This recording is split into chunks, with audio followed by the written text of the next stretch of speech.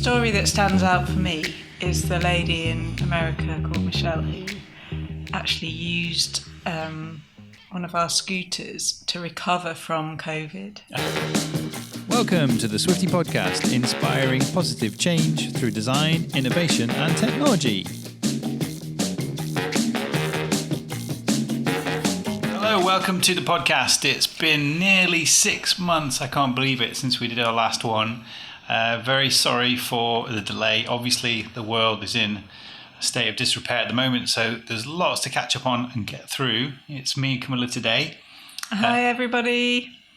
We're in our lovely new studio, which I think we probably updated you last year that we were going to be building it. So it's now our office stroke podcasting studio. It's done. Stroke crash. Yeah, the kids are behind the camera.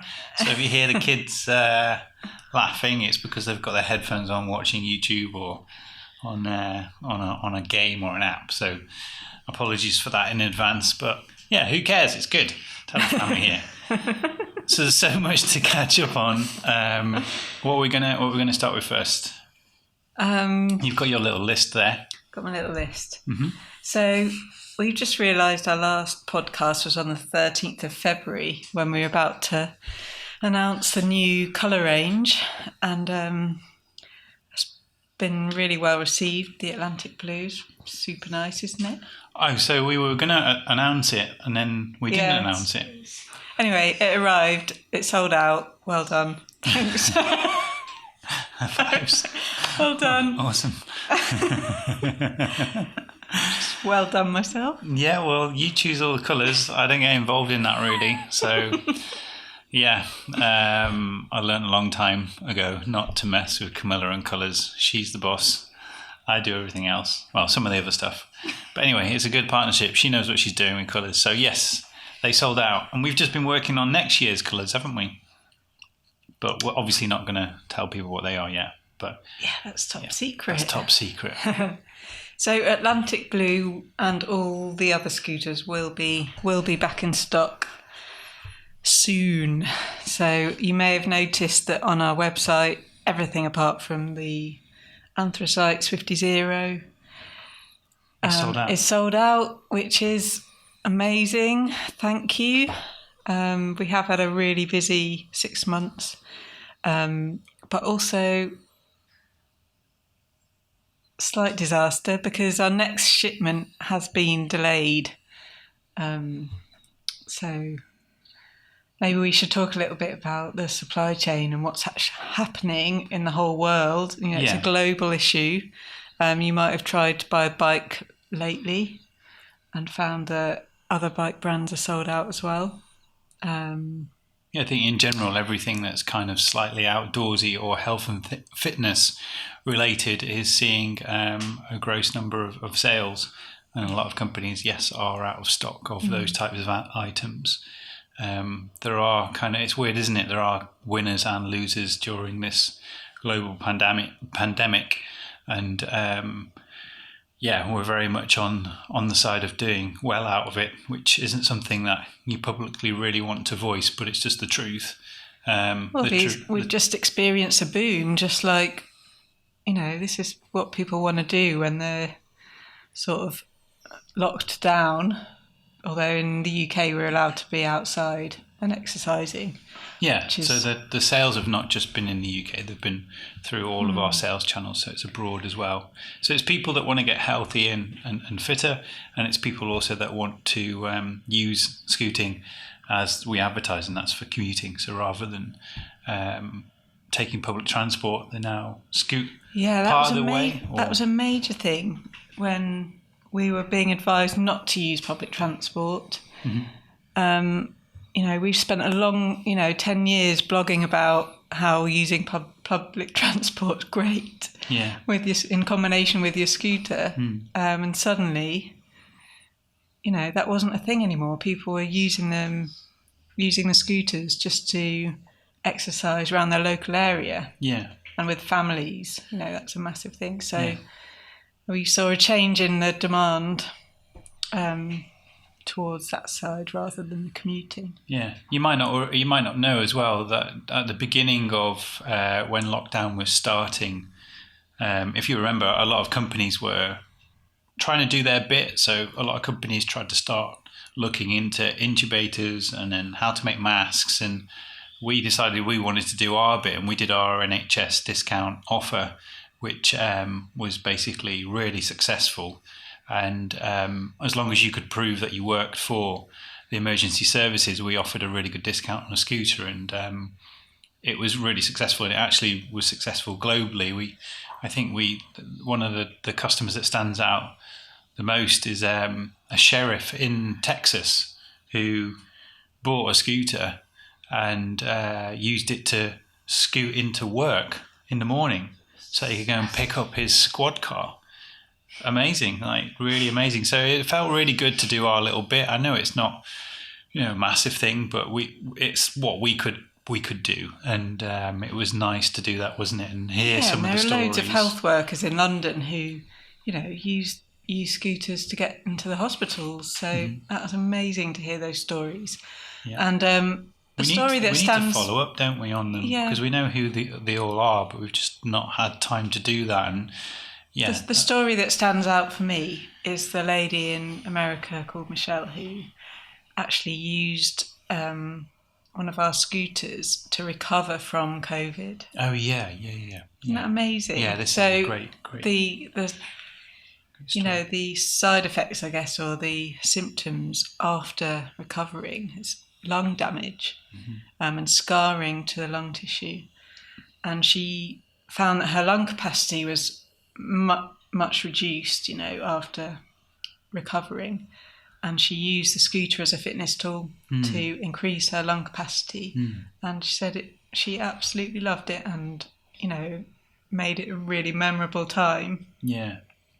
And a positive experience, which is another story we're going to follow up on. Well, yeah, that's the whole title of the podcast, isn't it? It's positive change. So ironically, it really is a great description of that experience, example of that description. Because not everyone's a cyclist, or you can't get to the swimming pool. Like, how do you do cardio exercise if you're not a runner? Yeah.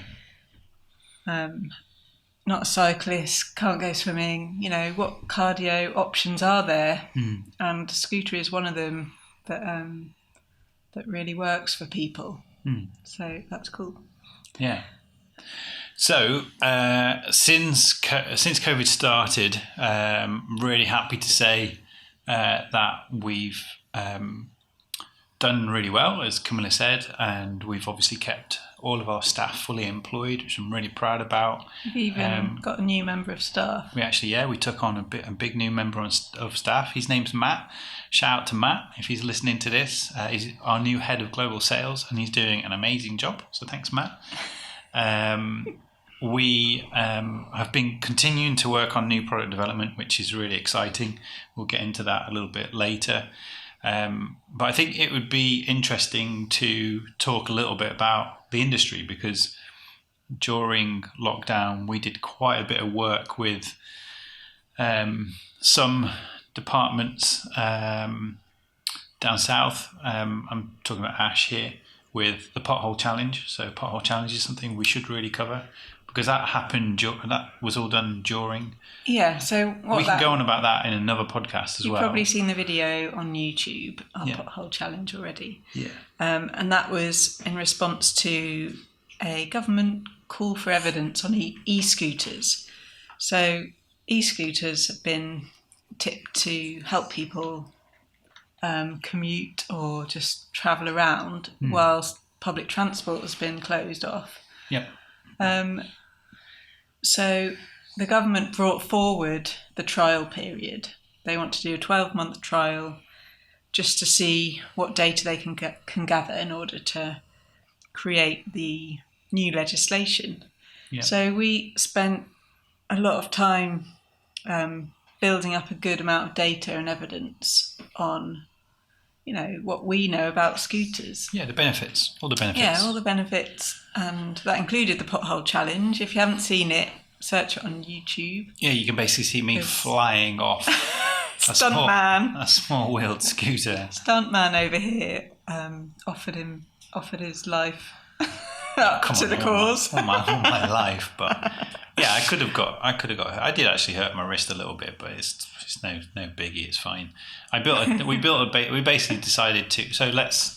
Why did we do a pothole test? So we were responding to some research that was done, independent research that was funded by the government, and that group contacted us because they independently came to the assumption that small-wheeled scooters were potentially dangerous, and they were concerned about the size of potholes in the UK, and if small-wheeled scooters were legalised, then there would be a high instance of accidents because of the small wheel going into a pothole. So we said that we would, as a company, we would set about trying to design a test to see what happens. So we took a very popular e-scooter that's on the market. You can see which scooter that was in the report, and there'll be a link below this video for that report, or the blog that's on our website that shows you the video. And we compared that against one of our adult scooters, and we built a test rig to simulate a average size pothole, and then we basically increased the width and the depth of that rig to see where the failure point was of the scooter, and just to see what happens when you ride over it. We tried to do it as scientific as possible. Obviously, it's going to be biased because we make an adult scooter and we're not independent. I honestly tried to ride it as fair as possible, both of them, to try and simulate a fair experiment, because I obviously wanted to produce a data set that was unbiased, but by the notion of us manufacturing our product, you can't be. But if you watch that video, you'll see what happens. And as we assumed beforehand, when we did like a CAD-based simulation, so just on 2D drawings and simulating it on a computer what would happen, then doing it in reality, it was pretty much spot on what we predicted. And yeah, but even more severe, I think, because we didn't predict that your feet would lose contact with the deck just on a small pothole. The smallest one, yeah. And what I think probably is a bit deceptive on that video is the height of the pothole, because we had 3 different heights, and the largest height looks quite severe on the video, but actually it really is small. 70 millimeters or 76, I can't remember. Do you remember what it was, Saul? 72, I think. 72, yeah. Why did we choose those? It's about the width of my wrist, it's not a big... So we made the test rig out of 18 millimeter plywood, and so we stacked plywood on top of each other to get those thicknesses, so they're multiples of 18. That's why they're the heights that they are, just to keep it looks like a big curb, doesn't it? But it really isn't. So I just wanted to... Yeah, and as predicted, so on the smallest height, you're quite right in what you said. What was interesting was when you go into the pothole and the small wheel scooter strikes the edge of the pothole, what's really interesting is that when you slow it down in slow-mo, and you see the keyframe, yeah, you're right, you see my feet leave the deck of the scooter for it's only a fraction of a moment in time, but my feet land further back on the small wheel scooter, and that's what's really surprising, that even on a very low height you could potentially lose your footing. So we struck a very straight edge, so it was really perpendicular to the wheel. And obviously a pothole is very rarely like that, but for the purpose of consistency, that's how we did it. But if you imagine if a pothole is kind of like got a round cratered edge, if you kind of hit the side and slide along it, what's going to happen is it's going to twist the wheel round. So at that moment when you impact and your feet come off, there is a potential that the deck could slide away from where your feet are. So when you land back down, you would actually come off it. Or you'd land off center, so you would then go over because you're not going to have a sure footing underneath you. So yeah, it was very surprising, and I definitely count getting air under your feet as loss of control. You're not in control when you're off the deck. Yeah. So yeah, I agree. it doesn't really matter about the landing. You can just define that as definite loss of control there. Yeah, so the video is quite long because we wanted to put all the footage on there and the different angles that we did. It's 20 odd minutes long, but the blog that Saul and the team then wrote afterwards, and it's on the website, is quite comprehensive. It kind of cuts to the points quite quickly, so you can scroll through that and have a look. So that was really interesting. We've had really good feedback on that, and we've submitted that to the government as evidence to say, hey, geometry is really important, wheel size is really important. Also, the componentry that's used is really important. There's basic bicycle principles like rake, like braking calipers, like just having rim with the spokes as well. Yeah, all really sensible stuff that has existed for best part of 150 years. And some of the small wheeled scooters are just completely ignoring that technology and those principles, and kind of really reinventing the wheel, and it didn't need to be reinvented. And I think some of them are really dangerous. We did a show last year. I just wouldn't ride one. I've tried the shared scooters, and when we were in Berlin. Yeah. We were in Frankfurt. Oh, sorry, not Berlin. Yeah, Frankfurt. Yeah. And I loved the experience of being able to hop on and just tap with your phone. I thought it was fun, but just so shocked at how bad it felt to ride those really heavy electric scooters with small wheels. So, choose a Swifty. So we shouldn't turn this into a promo and turn this into taking the mickey out of a product. It's just, the problem is most people haven't tried a larger wheel scooter, so they don't know that riding experience exists. It's okay to have an opinion on them. No, I'm not denying that. I just think I think the purpose of this is to have a fun conversation, not try and be. So the good thing is that the UK now have trials of electric scooter fleets. Yep. That does mean that ownership is still not legal, which is slightly baffling, and we did express that to the DFT. The main problem is people who are renting them, often it's their first time riding a scooter, so they're novice scooter riders, much more likely to have an accident on their first ride. Yeah. So in terms of safety, it's not about safety, is it? Well, I think I can't. I'm not defending the government, but I can kind of see how they've arrived at that point. And I think the purpose of this podcast and all of the work that we do, we're trying to spread the word, is say, hey, that there are other options that are out there. And the problem is that because some of these other scooter sharing companies are so huge and they have such massive marketing budgets, and they're able to cozy up to the politicians and spend money in the right places, they're able to have influence. And if you're not wise to how the world works, it isn't a fair world by any stroke or means. We've been doing this for 10 years, and that's just through hard slog and dedication, and it isn't fair. It's the people that scream the loudest and shout the loudest and have the most money are the ones that win, and that's just fact. And so we're basically, it's a little bit David and Goliath. You've got these huge sharing platforms who are basically just geared up to consume as many data and users as much data and users as possible on their platform, as far as I can see, to actually provide a service, because that basically just justifies their next raise through their investment process.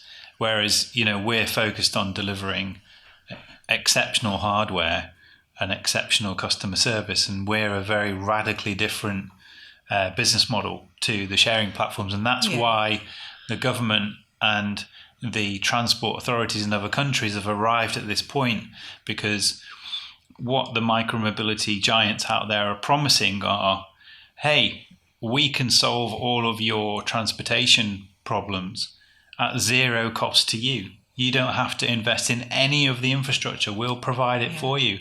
And, the guys that hold the purse strings are going, hold on, wait a minute, what?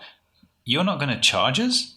You're just going to put all this infrastructure out there? You're going to collect it at 12 o'clock, charge it all and put it back out, and we don't have to pay a penny? And you're going to take all the risk? Hey, come on, come in, join the club. It's okay. Yeah, we love you guys. That's basically what's happening. Yeah.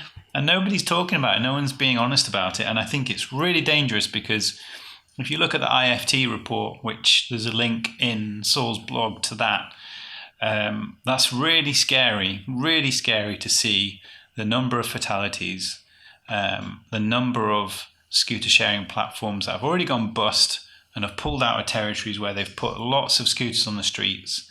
They're basically... They're burning through cash, aren't they? As well. Yeah, because the customer experience in terms of the riding experience is not at the heart of what that company is geared up to do. It's basically just getting as many users on their platform and gathering as much data as they can, because that is the new currency. So these e-scooter trials, we have listened to some of the tenders, but we're not about to do a public share scheme. No. What we do is corporate fleets. Yeah. So we have about 7 now in operation. And they're just awesome, aren't they? Yeah, they great. They look great, they ride great, they're fun. Yeah. And, the companies want to invest in sustainable solutions, and it becomes part of their brand as well, which is, way more positive than just cluttering pavements with, cheap sedentary scooters. Yeah. That's a word we should try and push out there, because it is true. The irony is, right, if you look at this whole COVID thing and you look at the evidence out there around get more sunlight, get more vitamin D, drink more water, exercise, stay healthy, and you can mitigate some of the chances of actually becoming unwell. Right, that seems to be a consensus that most rational people can agree on. I don't want to get stuck into anything else around can you catch it? Is it real? Isn't it real? Let's just stick with that, because they're things that we can work on. Our personal health, our personal consumption of nutrition, what we're going to be eating, and staying healthy is super important. And I find it absolutely ironic now that we're trying to solve the problem of people getting around by asking them to get on electric scooters that you can't kick, that you're just going to stand on. So you're going to get rid of walking, because people are not going to walk anymore. When there's a scooter on every corner that you can just jump on, a mile walk. That debate about taking away from walking is only applicable to dockless scooters. Can I just finish my point now? My point is isn't it ironic that one of the biggest things that you can do for yourself in terms of staying healthy and getting fit, so the commute, right? That's the one time in your day that you have complete control. So you can actually, a lot of people suffer with discipline when it comes to working out and getting fit and healthy. It's I can't be bothered, or I can't have the time, or especially now, I feel depressed because I've got to stay inside and the gyms are closed. It takes quite a lot of motivation to get out into the park or go for a run, especially when it's 30 degrees like it is here at the moment. It's much easier when you've got a sort of excuse, like having a dog to have to go and walk. So now is the best time ever, like what they've done with the cycle lanes, putting the cycle lanes here on the main roads. So they've designated some of the lanes to be a cycle lane now. It's helping and it's working. So isn't it ironic that we're in this time, this perfect opportunity to try and inspire positive change in terms of active mobility, and now we're going to ask everyone to stand still on a stand-up scooter, and that's how you get around the city. It's an absolute joke when we're opening the pubs, but we're actually not letting anyone exercise. This is actually, and also we're asking people to use sharing scooters that are clearly not going to be sanitized. They're clearly not going to be safe to touch, right? Yeah. I mean, what are you going to expect people to do? Take around, or wear gloves? Or I've had a little look, and most of those companies just say in the terms and conditions, you must sanitize the handlebars or wear gloves before and after your ride, and you have to then agree to those terms and conditions. That's it. That's just deflecting the issue onto the poor member of public. Again, it's like, we're now asking people, rather than walk, to not go on public transport. What's the difference? You're going to touch a handrail on a bus, or you're going to touch the handrail on a scooter. There's no difference. You're still asking them not to exercise and not get around. And what you're doing is you're taking all of that potential risk and you're putting it on the private company that's going to actually come and put this fleet in play. Yeah. Yes and no, though, because the aim, I think, is to reduce car travel, because already we're seeing a rise in car travel in cities because of the people fearful of being on public transport. So car travel is going up, is increasing massively. Yeah, okay. Mm-hmm. And there has to be some solutions to mitigate that. Like all the people who commute on the tram in Manchester suddenly driving in, it's just not going to work. It'll be gridlocked. But you don't see any commitment, though, or any campaigns really that are trying to promote just active travel, so like walking and cycling. I don't see that in the press. I don't see much. I know there are things out there, for example, what Sustrans do, for example, but they're not given a voice. They're not given a voice, and now is the perfect time to be given that voice. We do both active and electric scooters. I think you'd be surprised if you had a little look. There are loads more things happening in cycling and walking. There's loads more budgets going around. There's loads. Okay, I'm being a bit pessimistic. But it would be nice for them to include scooters in If you're listening and you are working on any cycling or walking campaigns that are getting good coverage, then send them over and we'll promote them as well. We'll help spread the word. We'll talk about them. You can come on here and talk about it as well. Yeah, local councils have suddenly got loads of emergency budget to put in lanes, including ours. Good. That's great. Unfortunately, there was a backlash and a load of people complained about the bike lane going through our town. So it got taken away, which was great. Before even anyone went back to work. It's ridiculous. What's the next thing on the list? That's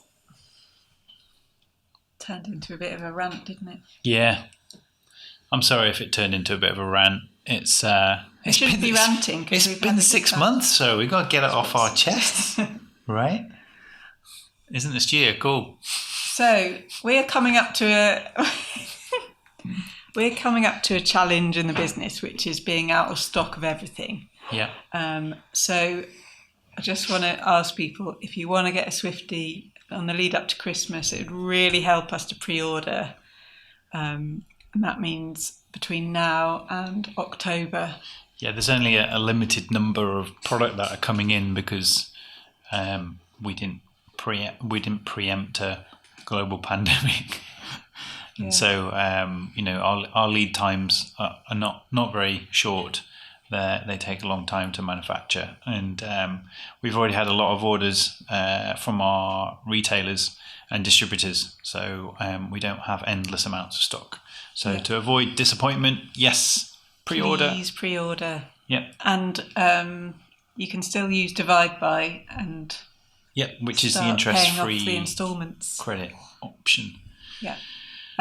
So the reason why it's delayed, shipment is delayed, is because all the component suppliers are just maxed out massively. The bike manufacturing industry is working overtime because this is a global thing. Yeah. So the whole world, everyone has bought a lot of bikes, and also there's been also a large number of companies that have just sprung up who now want to trade in this space because they see an opportunity, and they've got a bit of cash and they're in the system. So, for example, Shimano's lead time currently, what I've heard on componentry like brakes, for example, is 8 months. Our manufacturer for brakes is a company called Tektro, and really good company. Really love working with those guys. Their lead time is 4 months. So 6. Oh yeah, it's now 6 months. I guess it's 6 months. Yes, really long. Yeah, long time. So this next order that comes in October-ish delivery for us, that might have to last for 6 months. So it's pretty tricky time at the moment. But everyone's in the same boat, and I know lots of different brands that have got long lead times like that, and it's tough. We just got to deal with it. Can we talk a little bit about new product development? Because I know people will be listening to this and they'll want to know, because last time that we did a podcast, we talked about some of the new stuff that we're working on, and people always talk about the kickstand, and I know we're super late on delivering it. The kickstand is pretty much done. We're making it here in the UK, which is awesome. There isn't a problem with supply chain. We can do it pretty quickly. I just need to find a little bit of time to finalize some little details, and then it will be finished, and then we will photograph it and we'll get it up on the site, and you guys can pre-order it, and I'll figure out how long it will take. We'll make it locally. Yeah, so you won't have to wait 8 months. So it will definitely be coming by the time that new stock arrives in October. And the reason why it has to be ready by then is also because we have a new electric kit which is coming. And the new electric kit is awesome. It's really good. It's better than the old kit. The battery is nearly double the size. It's got a larger range. There's loads of cool things that it comes with. It's got a different mounting position, so it technically goes over the front wheels. The centre of gravity is really low. And we will be sharing some images in the next couple of weeks or so. Different controller and display, and yes, completely different. Lights. We've been waiting to hear more about the legislation, and we've tried to preempt what we think the legalised scooters, the requirements, for legalised scooters will be.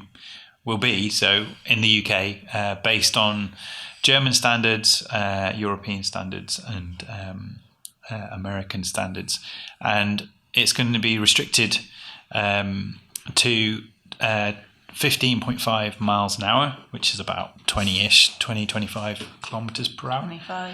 25, and we think it'll do about 20 miles in range. It depends on obviously your body weight.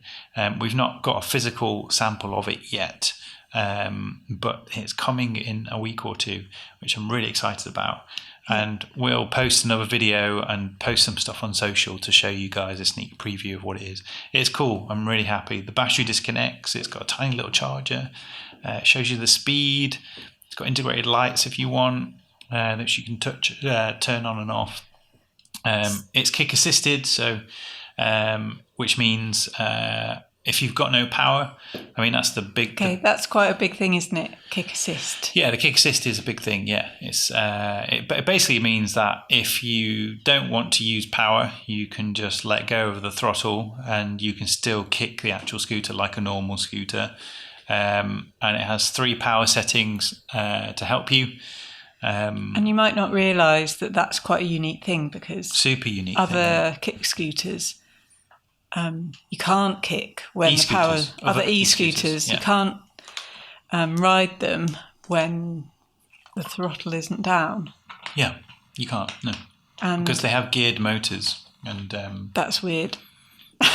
It's not weird. It's just how. But when you try it in comparison to ours. Oh yeah, when you try and kick it and it can't go. Yeah, it's weird. Yeah, and hopefully reduces some of the range anxiety as well. You know, that is a real thing. Range anxiety. Yeah. Oh. Do you not get range anxiety? No. That's because it's kick assist. Legs. Yeah, that's because the Swifty's kick assist. So you don't have the same range anxiety. No way, it's range anxiety. I think people have therapy for that. That's crazy. No, you're not. Oh, man. You might not get therapy for it, but you definitely feel it. I reckon. You're telling me that if you've got 10 miles to go and your battery's flashing, going, oh, only 2 miles left, you might have a bit of anxiety. Yeah, I get it. I just think, get a different scooter. You idiot. I don't think you're going to need therapy. You don't need range and anxiety in your life. Oh, my goodness me. What a crazy world we live in. Range anxiety. Okay, so that sort of mitigates that possibility of range anxiety. Yeah, it definitely nails it. So get a Swifty, you numpty. Life's too short to have range anxieties. I don't know why that tickled me so much. I've never really heard of it before. Anyway, yeah.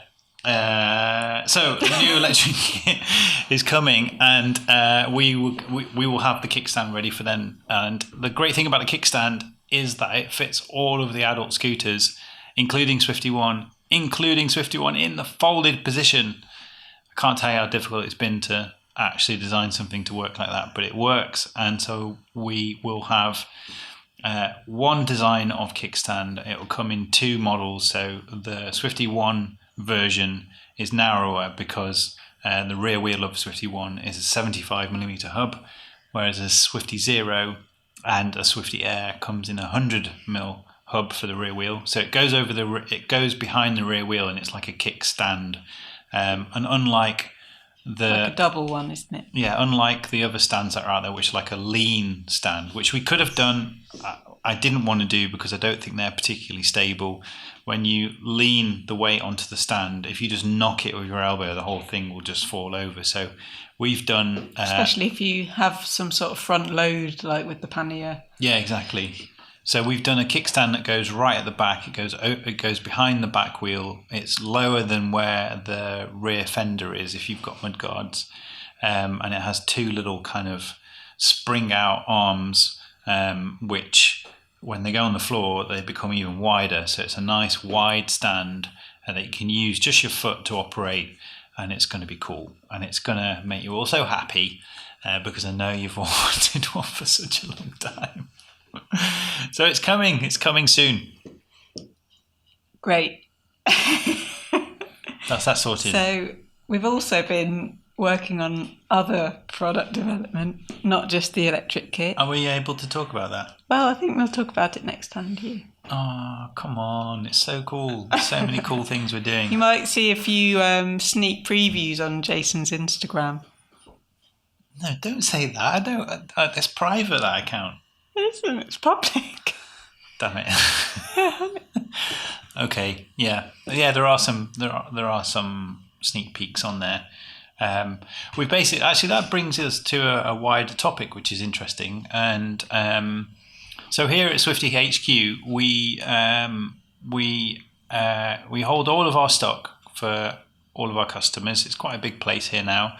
All the team is here, and we have some basic manufacturing processes that we do, but we've been over the last 6 months investing in more machinery to do more here in the UK, and that's not just a response to COVID. That's just been always an ambition of mine to do as much manufacturing here in our four walls and indeed locally as possible. And we've got some really cool new CNC machinery, laser cutting machinery. We've still got the fabrication workshop where we do custom stuff and painting and stuff like that. But we're working on a new line, a new product line. I'm going to let you say what it is because I know I'll let the cat out of the bag. So you tell everyone what we've been working on, what you're happy with me saying.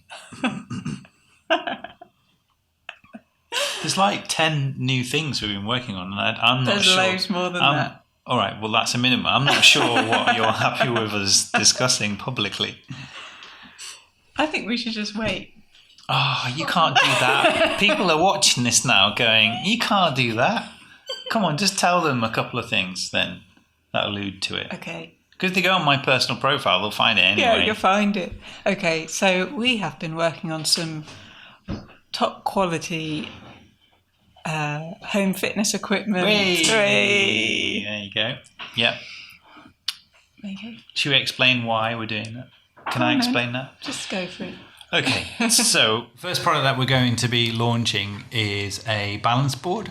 And the reason why we're doing a balance board is because we want to help people at home get fit for scooting and also learn the art of switch kicking. And that all relies on your ankle stability and getting that nice and strong and supple. And the balance board will be a board and a roller. So it's very similar, or pretty much the same concept as what surfers use and skateboard guys use to train at home. We'll be launching a set skaters, they're called. What They're skateboard guys. Skateboard guys, skaters. Sorry, skaters out there if I just offended you. So we'll skateboarders. So we will be launching that product first, which is really cool. There's a cork roller and there's a beautiful birch plywood board, which is cool. We make that right here in the Swifty HQ. And then the next products that we'll be doing are some home training equipment, which I won't say too much about. But there's a whole list of stuff that we're going to do that will help you with your scooting and then general home fitness in general, because as you're all aware, home training has really taken off since the gyms have been closed. I've made loads of cool stuff at home that has been kind of an experiment to try and figure out what we want to make. But the fact that we can make it here is really exciting. And we're investing in that. So, fitness equipment. Yeah, we're diversifying, which feels great, actually. Yeah. We also have some merch coming. Merch, Swifty merch. What does that mean? Let me grab one. Should I get one of the bottles? Oh, yeah. Well, this has already been launched. This is one of the bottles, which has got this really cool pattern, which Mark Holland, one of our friends, amazing graphic designer and actually photographer as well, designed for us. And it's our bird head logo that's been kind of made into a really cool pattern. So the bottles are available as soon as this podcast goes out. They're already available, aren't they? You launched them this week. Mm-hmm. 2 colours. And the great thing about the bottle is that they are biodegradable, which is awesome. So good for the environment. So what else from the merch side? Oh, you're not going to tell people? Oh, you're not going to tell. Okay. That's your project, so I'm okay if you don't want to tell. Yeah. I have to wait and see, because I'm not sure quite when it'll be ready. So that's why I'm just waiting a little bit. Why don't we just say this, which is cool, because it doesn't give anything away, but it lets them know a little bit of the flavour. Okay. So my background is industrial product design. Camilla's background is... fashion. There you go. So there's a clue for you. Figure it out for yourself. Okay. Scooter fashion? What is that? Is it a thing? Put your ideas in the comments. You never know. Actually, that's a really good point. If there's anything that you think we're missing in our range that you'd like us to develop, then feel free to. But please don't send me images of scooters that you've designed, because it's okay. We've got scooters covered off. But if there's an accessory or something, we get them. We get people sending us in, and bless them. I love the passion, but it takes a lot to design and engineer a scooter, and there's a lot of the manufacturing process that you have to go through, and it's not as simple as just doing a little sketch. But that's new product development that we've covered off. So any sort of accessories, any things that you think would be cool, please let us know. In terms of merch. Merch. It's a weird name. That's it, really. Weird word. Have we covered all we wanted to say on this comeback podcast? Thanks for watching today. And sorry it took so long to get this all going again, but it's really cool to be back. And we love all the feedback and support that you constantly give us. Keep it coming. Yeah. And please pre-order. It really, really helps. Please pre-order. And spread the good word. That's all for now. Thanks for watching. See you next time. Bye. Bye.